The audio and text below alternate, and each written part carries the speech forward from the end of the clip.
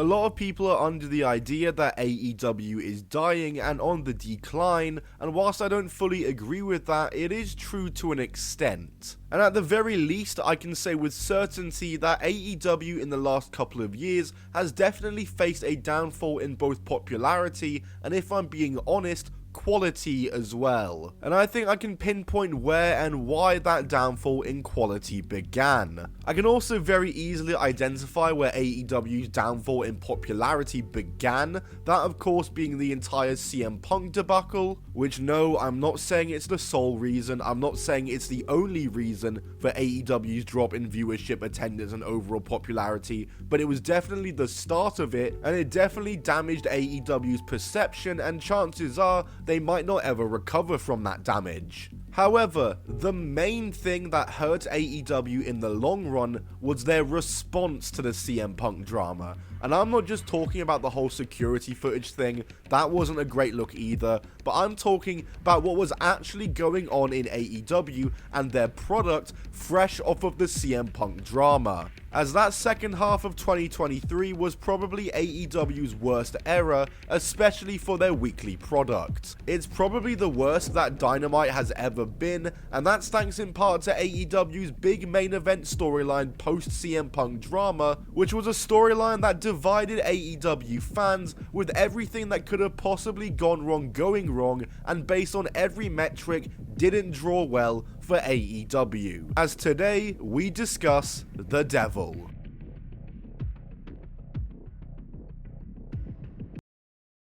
In June of 2023, Adam Cole would start feuding with MJF over his AEW World title. A title that MJF had held since Full Gear 2022, having defended against the likes of Ricky Starks, Bryan Danielson, and the AEW Pillars in what had been a mixed bag of a title reign thus far. Cole and MJF faced off in a title eliminator match on the June 7th Dynamite. This match would go the 30-minute time limit and end in a draw, just as Adam Cole looked as though he might be about to take the victory. MJF would refuse to continue the match and go 5 more minutes, and would further decline Adam Cole's requests for a rematch for the next couple of weeks. And then AEW would announce the Blind Eliminator Tag Team Tournament, a tournament made up of randomized tag teams where the winning team got a tag title shot. And hey, how convenient, Adam Cole and MJF were paired up with each other for this tournament. And the two, whilst hesitant to team up with each other at first, would of course go all the way in this tournament and go on to win the whole damn thing, becoming #1 contenders for FTR's AEW World Tag Team titles. And by the time this match came round, Adam Cole and MJF had turned a new leaf and had become the best of friends, with the two trusting each other, and MJF especially looking to be a reformed man. And though Adam Cole was hesitant at first, MJF had gained his trust, and they had done the work together and got to this point. They had put the work in, and speaking of getting the work in, you might have noticed this year that I've upped my workload and have been uploading a lot more videos this year. I've been a lot more productive, and that is thanks in huge part to my FlexiSpot standing desk. This desk is absolutely immense. It has completely changed the way I work and changed my life completely, legit. I've got the E9 model, which is height adjustable, and you can literally adjust the height at the simple press of a button on a touchscreen. It is just amazing. If you don't know, I used to make all my videos sat on my bed, but I've been full time with my channel for a couple of years now, and I figured I should probably change that and get out of that lifestyle, and FlexiSpot came through huge, and I've got a desk for my office that I'm converting. The desk has a load capacity of 180 kilograms, which is about 2.5 top 10 wrestlings, so it's suitable for various user needs. And as well as that, it comes with extra amenities such as USB ports, safety features, eco-friendly materials, and of course the adjustable height, which is just so seamless thanks to the dual brushless motors that the desk uses. Since getting this desk, it's upped my workload and I've been far more productive, and I've been doing it all stood up, which is a way I've never worked before. I've officially joined the standing desk revolution, and we're a better stable than Retribution. Link in the description and pinned comment to the desk that I'm using, and a big thanks to FlexiSpot for the desk. MJF and Adam Cole would face FTR for the AEW tag titles on the 29th of July Collision, with FTR coming out on top. And though Cole and MJF lost this match, their bond only grew stronger as a result. In fact, their bond was so strong now that MJF and Adam Cole would not only continue as a team, but MJF would finally grant his best friend a shot at his AEW World title, with it set to take place at All In 2023 at Wembley, which was AEW's biggest show ever. A huge match to be making and a big way to potentially end this program between MJF and Cole, which had been the main storyline of Dynamite for about a month or two now. And at this point in the storyline, in my opinion, things were going well. Fans were enjoying it, and when it was announced as the main event of All In, it got a generally positive response from AEW fans. And like I said previously, these two were also still continuing as a tag team, and as a way to return the favour for the world title match, Adam Cole would challenge Aussie Open for their Ring of Honor tag titles, with a match on the AEW All In 0 Hour being set, meaning MJF and Adam Cole were doing double duty for the night. And while all this was going on, Adam Cole's newfound trust for MJF was being questioned by his other friend Roderick Strong, who thought Adam Cole was making a big mistake.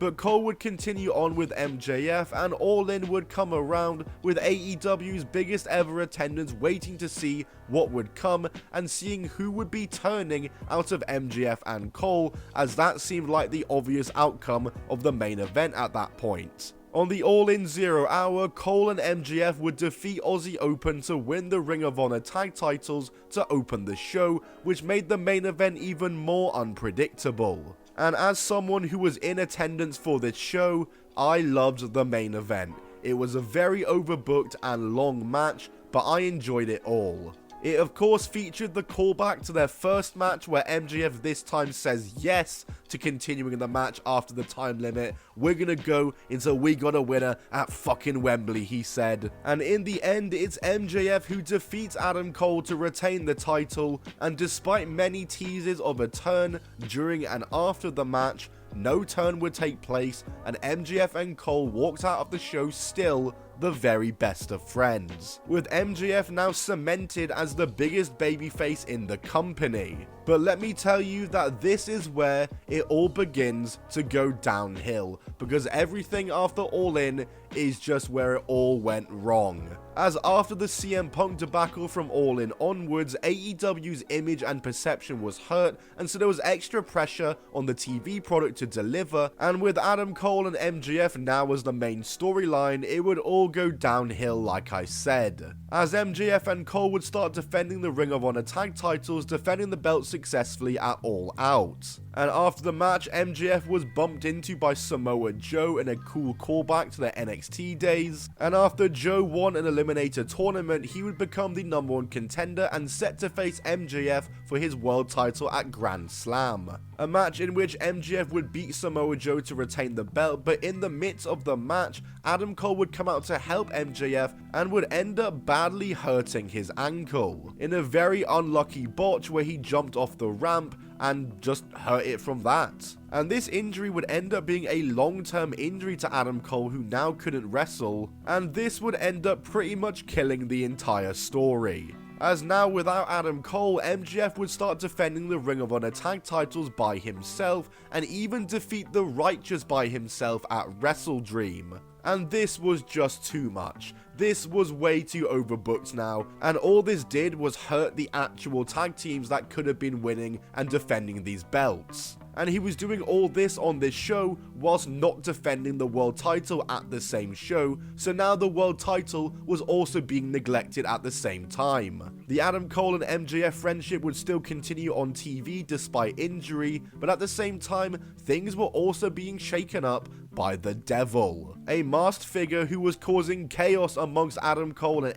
MJF and attacking those around them. Samoa Joe would start to fill in for Adam Cole in the tag title defenses as he helped MJF to retain the belts at Full Gear. And on that same show in the main event, MJF would defend the world title against Jay White in a match that damn near killed Jay White's AEW career. It was a damn near burial, and Jay White was made to look awful in this match as MJF in kayfabe defeated Jay White with only one leg. MJF would lose the Ring of Honor tag title soon after though, as he lost the belts to the Devil's Masked Men, two mystery wrestlers who were recruited by the Devil, and he was meant to defend alongside Samoa Joe, but Joe was attacked backstage by the Devil and his men. And so this set up a match between Joe and MJF for World's End, with the big gold on the line, with the Devil's identity reveal also looking likely to take place. And Samoa Joe would defeat MJF to win the AEW World title, ending MJF's long year-plus reign in a move that many at this point wanted to see happen. And straight after the match, the Devil was revealed, as it was revealed all along that it was Adam Cole, alongside Roderick Strong, the Kingdom, and Wardlow, who all, in their own ways, had kind of been teased as the Devil as well. A reveal that fell flat considering this was teased for months, and they could have just done the Adam Cole Turner All In rather than waiting 4 months to do it with some weird Devil storyline where it makes even less sense now. And for guys like Roderick Strong and Wardlow in this faction, this was a step backwards for them, and they were now in a worse spot arguably. They would attack MJF, officially all turning heel and ending the alliance. However, straight after this, MJF would disappear off TV as he was now also injured and he would be away from television for a while himself. Adam Cole would continue to appear though still injured before eventually he would also take some time away from TV. And whilst MJF returned at Double or Nothing in 2024, Adam Cole wouldn't be back until almost a year after his injury when he returned at Wrestle Dream in October. And the roles were now reversed in this feud, as Adam Cole was now the babyface and MJF, having been back on TV for months, had been a heel again, and so that meant that the entire Devil storyline was done for pretty much nothing. And the two are feuding now on TV, but still, only half of the people on the feud are actually on TV, as MJF has been away from AEW filming a movie, and he has only appeared on TV via pre-tapes, which has only hurt the feud further. A potential match between Adam Cole and MJF is nowhere near as anticipated as it was a long while ago, and any hype for this match is really now dead, with AEW even withholding doing it at Full Gear and keeping the feud going even longer. And that's kind of where we're up to now. In terms of the damage that this storyline did to AEW, like I said, this was the big thing on AEW just before CM Punk left, and it continued after the CM Punk stuff happened, during a time where AEW's perception was very much damaged and the TV product was not very good and wasn't keeping fans in. Attendance lowered, ratings were getting lower, and that was all happening during the second half of 2023, post All In, where the MJF and Adam Cole storyline had gone completely off the wagon, completely off the rails, and just fans weren't into it anymore like they were at the start of it. It just wasn't what AEW needed during that time, and it went on for far too long, and with all the unlucky injuries, that just helped make it even worse. Everything in that feud that could have gone wrong, went wrong, and like I said, it just very much hurt AEW, and in a way, AEW won't ever recover from that second half of 2023, and everything that happened with it, not just this storyline, but everything. And this storyline was all a part of that, and yeah, it really did hurt AEW. And you heard me earlier in the video, I say this as someone who very much enjoyed this storyline at the start, but from All In afterwards, it just went downhill for this storyline and for AEW in general. That's it from me though. I've been Tom, or Top 10 Wrestling. I hope you enjoyed this video. If you did, then like it, leave a comment what you want to see next, and subscribe with notifications on to be the first to see any new content. Apologies about the voice today, still recovering from a cold, but let me know in the comments down below what you think of the MJF and Adam Cole storyline. Are you just waiting for this to end like a lot of other AEW fans are? Sound off below, and I'll see you all in the next video. Goodbye, and keep on rolling.